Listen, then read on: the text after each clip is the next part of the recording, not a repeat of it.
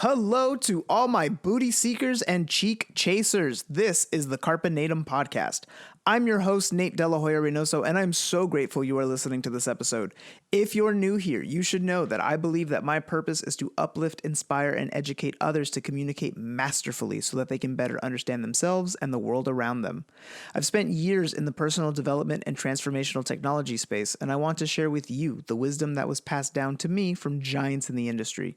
So if you're on a journey of self-mastery, just like me, looking to make dreams a reality and willing to be a leader for your family and community, then join me in seizing the butt cheeks of life and giving them a big ol' squeeze. Let's jump into the show.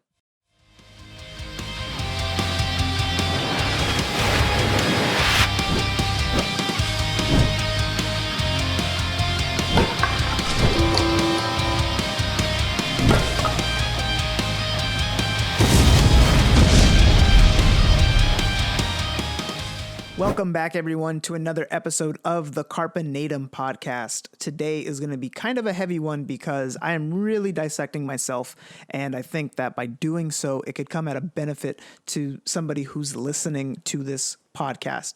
I have been doing Jordan Peterson's self-authoring, which is a program and a course that he offers on his website. It's called the Self-Authoring Suite, and I've only done the first part, and already I'm coming to such great realizations about who I am, what I do, and some of the behaviors and faults that I have that have affected my life negatively. One of those faults being I have this need to be wanted and to be validated by people outside of me. So like I myself can't validate or have trouble validating myself. I need to seek it externally.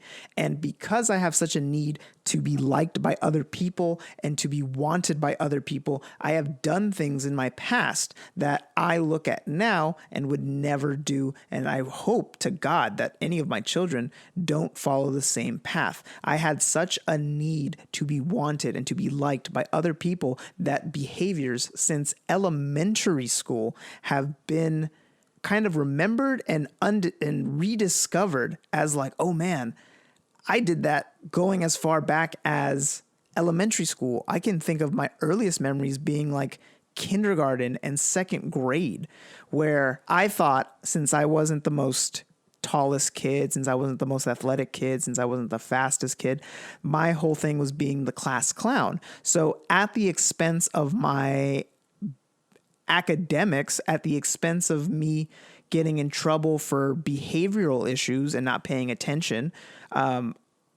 at that expense, I did things to make other people laugh. Yeah, you can look at that as, oh, you were just a kid. You were just trying to make people laugh. Yeah, but I was trying to seek something outside of myself in order to gain some sort of feeling that belongs or resides in me internally. So, for example, I would bring toys and things that I shouldn't bring to school in order to impress the friends, quote unquote friends, who would later snitch on me and get me in trouble because they had told their parents complained, and then all the kids came forward saying, Nate brought this to school. Right. So I did this to gain some sort of feeling of like superiority, to gain some feeling of like, yeah, I'm the cool kid. I got this cool thing. Instead of just telling people the thing that I had to show them the thing that I had, because I had to show them the thing that I had, because I had this need for their approval, for their attention. I got in trouble. And this pattern continued throughout my life. And now that I'm looking at it and looking back on it, I've made this realization before, that I am definitely a people pleaser. I do things to try and win friendships instead of just being genuine, instead of just being a good person. I do silly, stupid things where I try to impress the wrong people. I'm trying to do the wrong things in order to get some sort of reaction. So I've made this realization, but I didn't know it stemmed all the way back into like my young formative years. And I'm trying to figure out where exactly this idea stems from. I think part of it is that I am an only child. So looking for attention, looking for validation just came with the territory. I would go home. I would be by myself. I would play by myself. And then I wouldn't have any siblings, or, my mom was tired from work. So that's not really the same as your friend who is excited about the same topics as you. I lived in an era where we had phones, but I didn't have anybody to call. I wasn't an adult. I wasn't going to just hold up the phone line just so I could talk to my friend for several hours. It was just not something that was done back when I was in elementary school.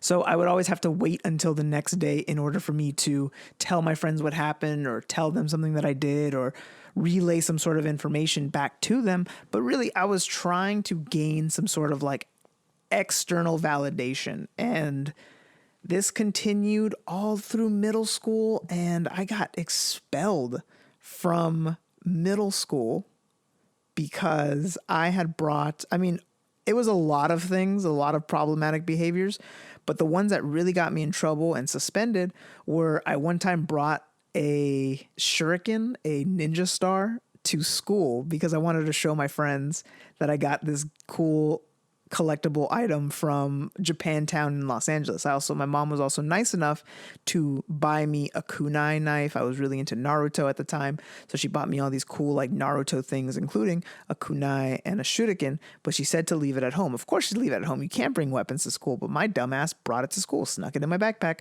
showed a bunch of people my shuriken. They went home, told their parents, and they ended up snitching on me. The parents ended up coming in saying that I had brought weapons to school. They feel that their students and their children are in danger because I had brought a weapon, a dangerous ninja star, to school. Man, I left it in the box. I just showed people. I opened it and showed them. It wasn't that big of a deal, but of course parents are going to be parents, and it is concerning when a child brings a weapon to school, right? And it doesn't matter what the context is, if whether it's a toy, a collectible, or whatever, like it doesn't matter. I brought a weapon to school, and because I wanted to impress these people so badly, I got in trouble.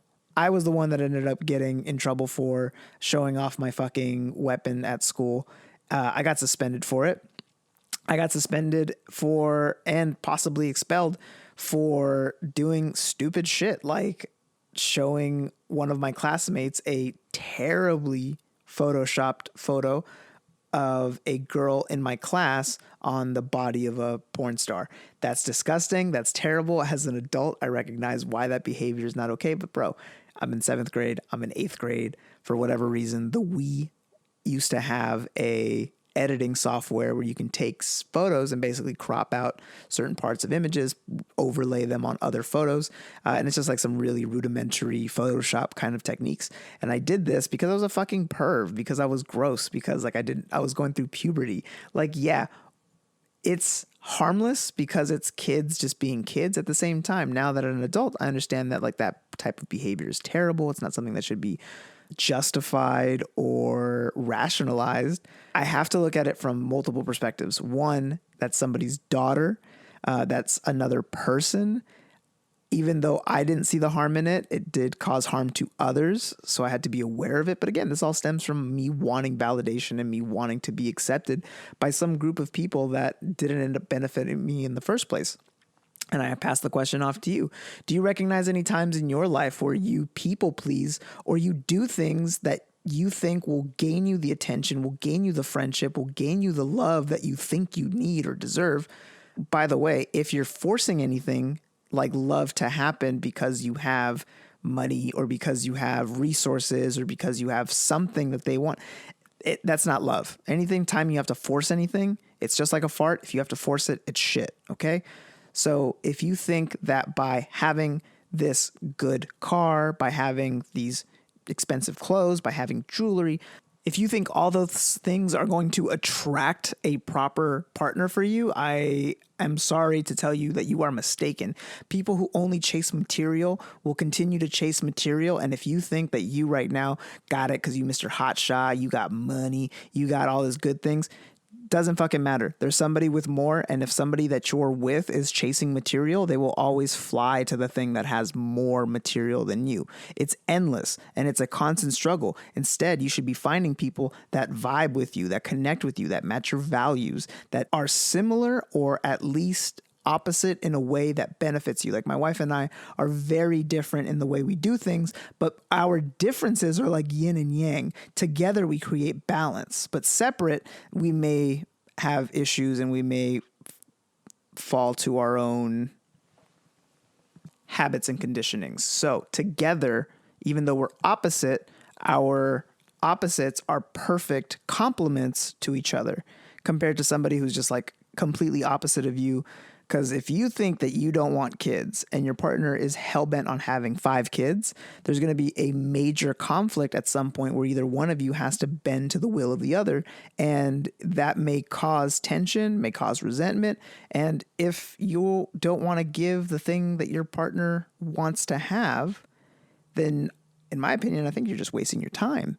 It's not to say that you can't change your thoughts around certain things or some of your conditions, but if you're really misaligned with the person that you're with, it's not going to work out. I'm sorry to tell you, if the person that you are with is currently struggling or struggles to see it from your point of view, to ever empathize with what you want, I'm telling you, it's not going to work out, y'all. And I apologize in advance for the heartbreak that you have to go through, but it doesn't mean that love isn't out there. It doesn't mean that you can't find the right person for you. You totally can. But the point I'm trying to make is that if you're trying to force something or you think that somebody's going to love you because of the things that you have, you are sorely mistaken. And this isn't something that I just did in my childhood. I did it as a young adult as well. So I have memories of being 18 and 19, and I thought that like if I had brought weed, if I brought alcohol, if I had a car, if I had money, if I had funds available for gas, then people would hang out with me. And it turns out people did hang out with me. And what I soon came to realize was that these people would only hang out with me for what I had and what I could bring. It was almost expected of me to bring something to a group of people who never brought shit, or if they did contribute, it was way less than I did. And I was only contributing and bringing these things to these so-called friends because I thought that by doing so, it would gain some sort of admiration. It would make me feel like what I'm doing and who I'm hanging out with is justified because, they spend time with me. They think I'm cool. But in truth, like bringing weed and having alcohol and coming to these parties, like at the end of the day, everybody would smoke my shit. Everybody would drink all my alcohol and I'd be left with nothing. So now I'm stuck here feeling like I'm not been validated, as if I've just been taken advantage of. Whenever I would leave, those same people who I called friends would speak ill of me behind my back. I even had somebody steal from me and then helped me look for the things that they stole. And they blatantly lied to my face. That person's now dead. Shout out to karma. But the point I'm saying here is that I believed in order to have friends, I had to be this person with the alcohol, with the drugs, with the money, with the car. I'd get asked for rides by these people to go to venues and to concerts, and then they would abandon me immediately upon arriving. And it's a hard pill to swallow, but it's a realization and it's an awful truth that I had to learn, that these people didn't value me. These people didn't like me. They just wanted me for what I could bring to the table. And then I think to myself, like, why did I try so hard to impress people with external things? And I believe I'm now coming to the conclusion that I didn't believe in my own worth as a person. I didn't believe in my own worth as an individual, as a human. I didn't think that whatever I had in me, whatever I was about, was enough for these people. I felt like I had to bring something else in order to distract them from who I am, as if I am unworthy to be in their presence. When in truth, I was just somebody looking to find friendship and find love, but I was looking for it in the wrong places. I thought the people who were cool turned out to be huge douchebags. And I cannot change the past, but I can learn from it and I can teach others to learn from my mistakes. If you are buying your friendships, let me tell you right now, the people around you aren't your friends. If people only follow you because you post memes, because you always have a bottle on you, because you got the newest, fanciest clothes and they want to be around you, because you have some sort of clout and they're clout chasers, those aren't your friends. Those aren't your lovers. Those aren't your people that you should surround yourselves with. These are people who only want to extract from you and take from you. And there's genuine humans, and you've met genuine humans in your life who don't want anything from you, who see you as a person and who love you and validate you without having you do anything for them. This is true unconditional love. This is true friendship. And I had to spend years sifting through absolute dog shit until I found a group of people that I belong to before I found genuine friends. I've had some relationships for many, many years. Like, for example, my friend Eddie, I met him when I was 14. So I've known him for 14 years of my life. And he is a friend. Him and I have gone through our ups and downs, but no matter at the end of the day, he's always loved me. He's always treated me with respect. He's always valued my input. So Eddie, I will die for you because I love you that much. I've met other people who fit in the same sort category, like my friend Sol. I've known him for years. During terrible times in my life, he was there for me. During terrible times in his life, I was there for him. No obligation. I didn't give a shit whether his house was, 18 stories or, what kind of car he drove or, oh, he's in this band. None of that ever mattered to me. The thing that mattered most to me was that he was always genuine. He was always honest. He was always truthful. And he didn't give a fuck about what any other person thought about. And I admire those qualities about Sol. So he is another person that I genuinely value as a person. Now, my circle is small. I can probably name like about 3 or 4 additional people that I trust with my life, that I trust with my wife. And the reason that circle is so small is because I've been burned by people that I thought were friends. I've been punched in the face by the person who I was the best man at their wedding. I have no relationship with people that I traveled to other countries with. Like, the things that I did in order to gain friends was so fake and so terrible. It makes sense why those relationships failed and why those crumbled. Now that I have security, now that I have confidence, now that I am comfortable in my own skin, I understand that people value me at a different way. I don't have to have external things for people to like me. I can just be me, and people love that.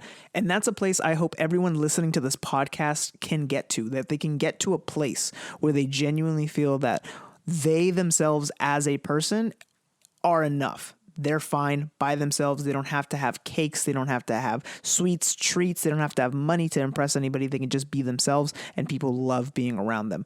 There are people like Eddie where people flock to him because he's such a genuine and amazing human being. I've always admired that about him. I've always been envious about him because it was always just so easy for him to make friends and to be loved.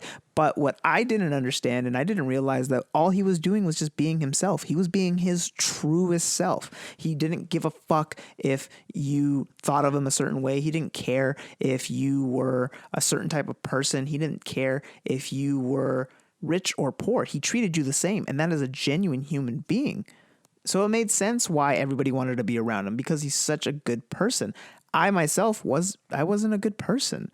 I was looking for a way of elevating my status. I was looking for a way to have more friends, have more followers, get more clout, do all this other stuff. I was looking for things externally instead of looking internally and working on myself to be okay with myself, to be okay with my presence, to really hone in my skills so that way I have something to bring to the table that isn't something external. I keep saying external. What I mean by that is just materialistic objects or services, or if you are paying with your time and energy, that is also a form of currency. That is also a form of material. I know that's a little weird, but how often do we think that we need to impress people by bringing them donuts or by bringing them flowers or by always constantly getting them clothes or paying for this or covering this or I got you here?